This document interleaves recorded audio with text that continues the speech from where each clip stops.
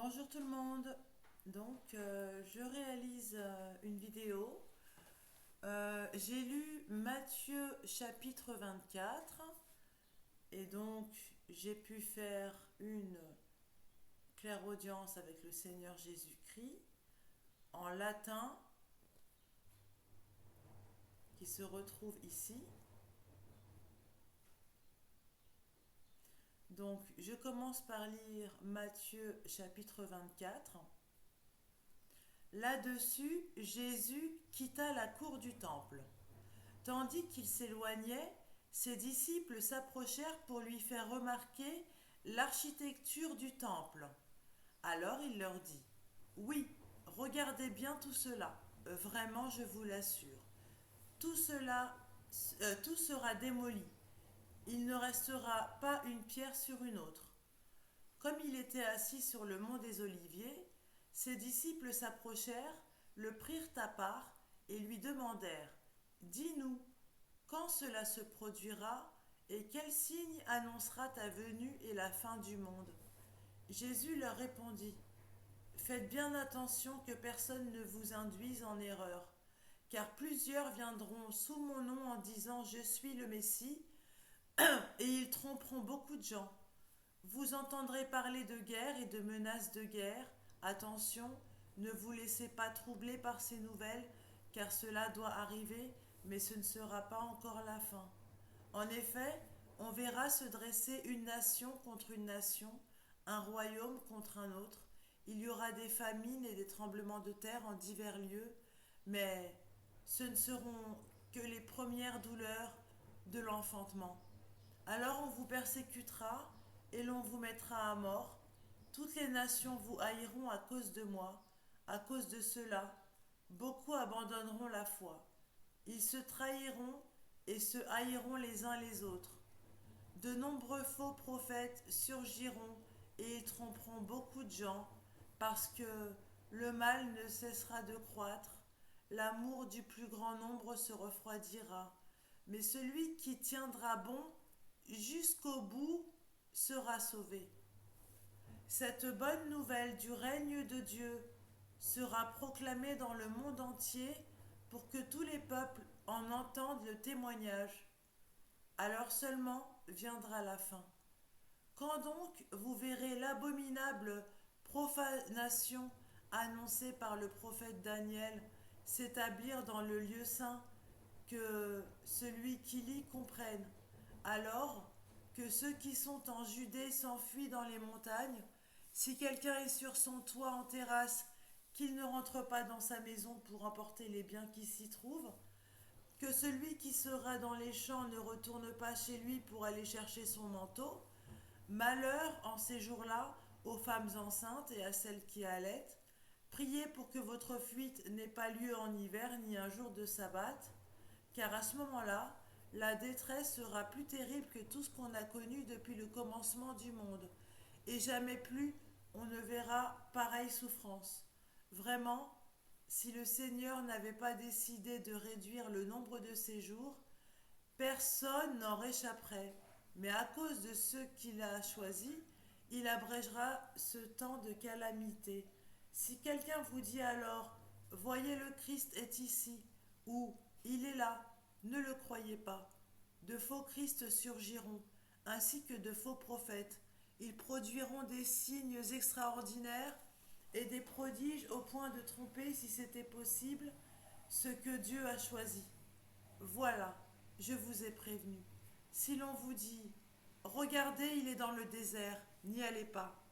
Si l'on prétend: Il se cache en quelque endroit secret, n'en croyez rien. En effet, quand le Fils de l'homme viendra, ce sera comme l'éclair qui jaillit du levant et illumine tout jusqu'au couchant. Où que soit le cadavre, là s'assembleront les vautours. Immédiatement après ces jours de détresse, le soleil s'obscurcira, la lune perdra sa clarté, les étoiles tomberont du ciel, les puissances célestes seront ébranlées. C'est alors que le signe du Fils de l'homme apparaîtra dans le ciel. Alors tous les peuples de la terre se lamenteront, et ils verront avec beaucoup de puissance et de gloire. Il enverra ses anges rassemblés au son des trompettes éclatantes. ces élus des quatre coins du monde, d'un bout à l'autre de l'univers. Que l'exemple du figuier vous serve d'enseignement. Quand ses rameaux deviennent tendres et que ses feuilles poussent, vous savez que l'été est proche. De même, quand vous verrez tous ces événements, sachez que le Fils de l'homme est proche, comme aux portes de la ville. Vraiment, je vous assure que cette génération-ci ne passera pas avant que tout cela ne commence à se réaliser. Le ciel et la terre passeront, mais mes paroles ne passeront jamais.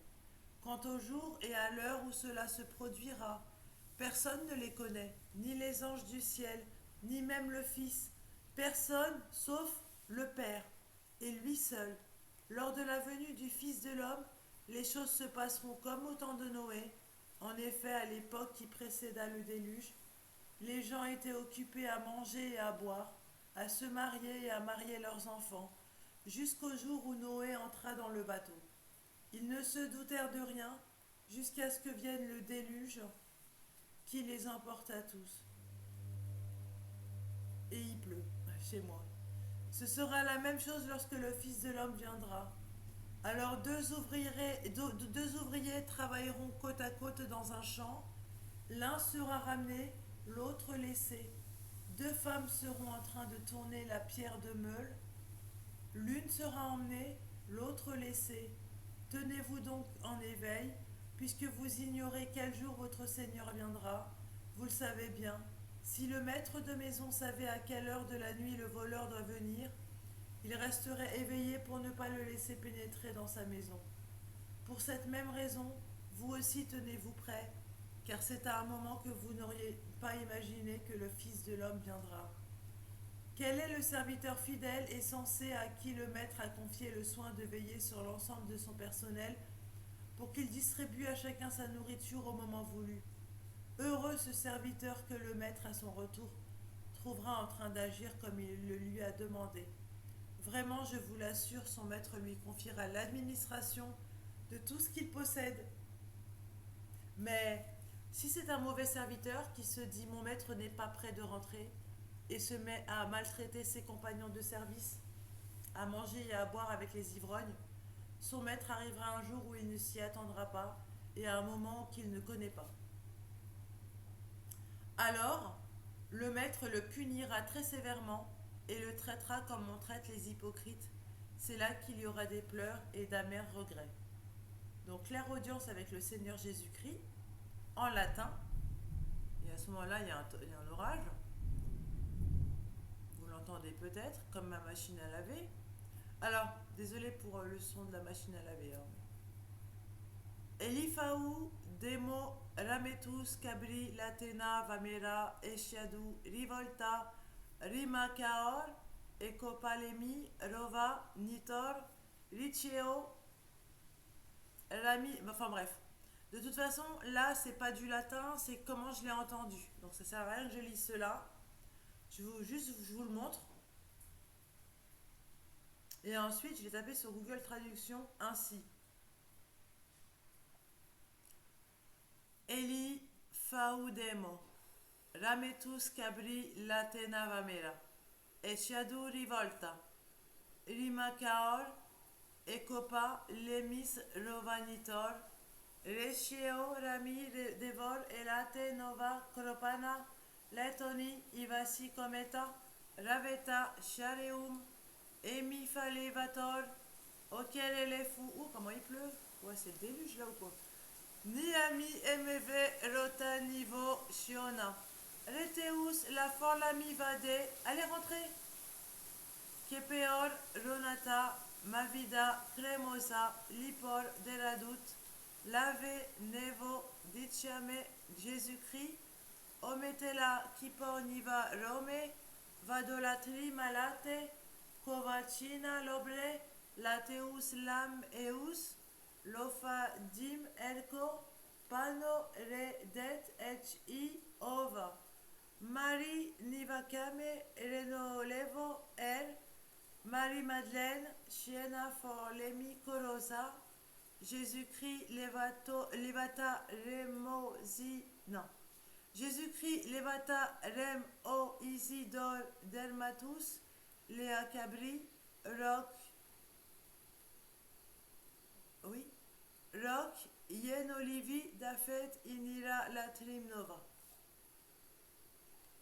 Ce qui donne, en français, donc je mettrai le timing quand je pourrai. Allons voir Élie. La branche de la chèvre est cachée. Il s'est détourné de la ville. Le gouvernail du bateau Aram brille. J'ai dévoré de nouveau les branches. J'ai laissé la nouvelle récolte s'élever. Et j'ai laissé la comète des corbeaux voraces s'envoler. J'ai acheté un coupe-feuille de chêne. Je ne veux pas acheter de roue à neige. Allez sur le site web. Je rattrape mon retard.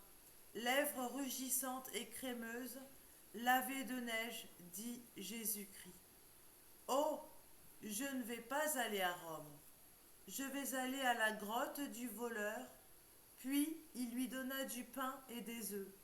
Je rénoverai Marie en bonhomme de neige. Le dîner de Marie-Madeleine était le couronnement de la couronne. Jésus-Christ a soulevé la question de la douleur de sa peau. Je ne voulais pas basculer. Cela vous donnera de nouvelles informations.